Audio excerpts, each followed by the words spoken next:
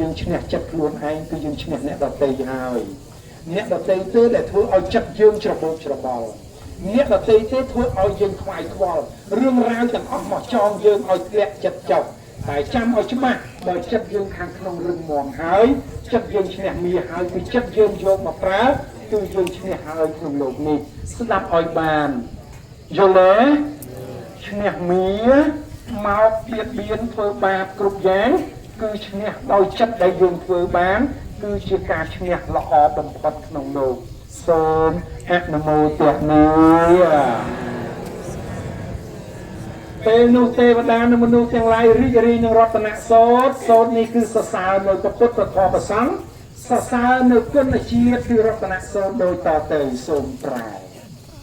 បាទសូមប្រែយានិធភូតានិសម្មាកតានិភូមាន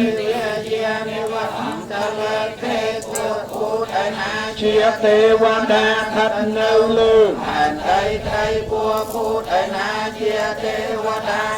នៅឯដល់អកាតីក្នុងលោកប្រជុំគ្នាក្នុងទីនេះតថាគតាទេវមនោសម្ពោធិតាំពុទ្ធាំ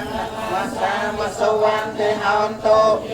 ហើយសូមនមស្ការនៅព្រះពុទ្ធជាម្ចាស់សូមស្វាមប្រានមកហើយដូចគ្នាដែលទេវតានិងមនុស្សទាំងឡាយតែងបូជាសូមសិរីសួស្តីកើតមានយានីចពុទ្ធានិសម្មាកតានិភូមាពួកឧទនាជាទេវតាស្ថិតនៅលើផែនដីក្តីពួកឧទនាជាទេវតាស្ថិតនៅឯដល់អាកាសក្តីតែមកប្រជុំគ្នាក្នុងទីនេះកតាទេវមនុស្សបូជាតាំងនមស្សាម